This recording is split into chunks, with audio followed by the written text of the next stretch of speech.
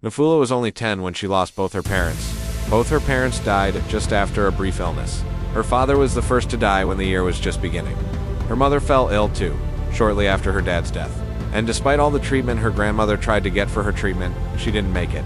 She died to dot her tiny village, whispered her story with pity. But Nafula didn't want pity, she wanted hope. She was taken in by her elderly grandmother, who had little but loved Nafula deeply. Every morning, Nafula helped fetch water, sweep the compound, and then walk to dusty miles to school with her worn-out shoes and a bag held together with banana fiber strings. Life was getting harder for her grandmother. She was getting old and she couldn't support Nafula fully with school fees. She tried selling her coffee beans from her small garden just outside her tin-roofed house, but it was not enough. Nafula loved school so much. She had a dream of being a medical doctor in future, but poverty was standing in her way. She prayed every day that God would open a door for her. One day, after school, she found a patch of dry land behind their house that had not been used for a while and got an idea. "I'll plant something," she whispered. Her grandmother smiled. "Start with beans.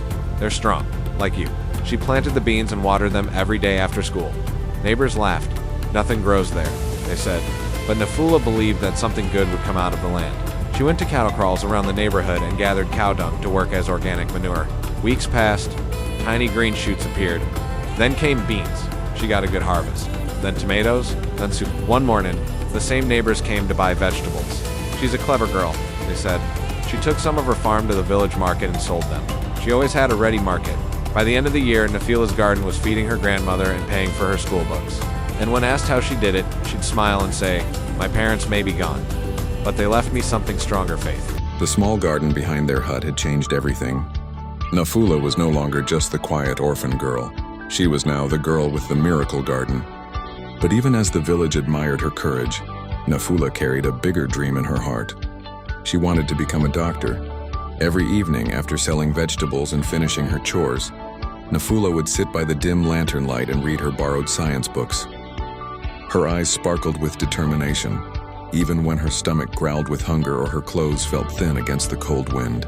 She had faith that she would be a great doctor one day.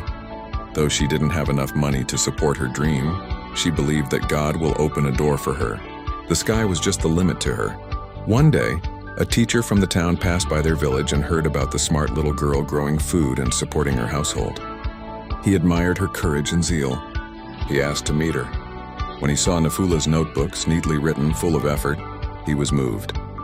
He decided in his heart to do something about Nafula's education. She had finished primary education. It was almost time for secondary school. A few weeks later, Nafula received a scholarship to a boarding school in town. Her excitement knew no bounds. Her grandmother was so happy for her granddaughter, too. She couldn't help thanking God for being there for them.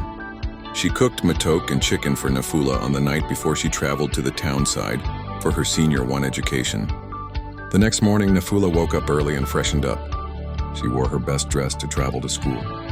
The teacher who got her a scholarship was waiting for her at the taxi park.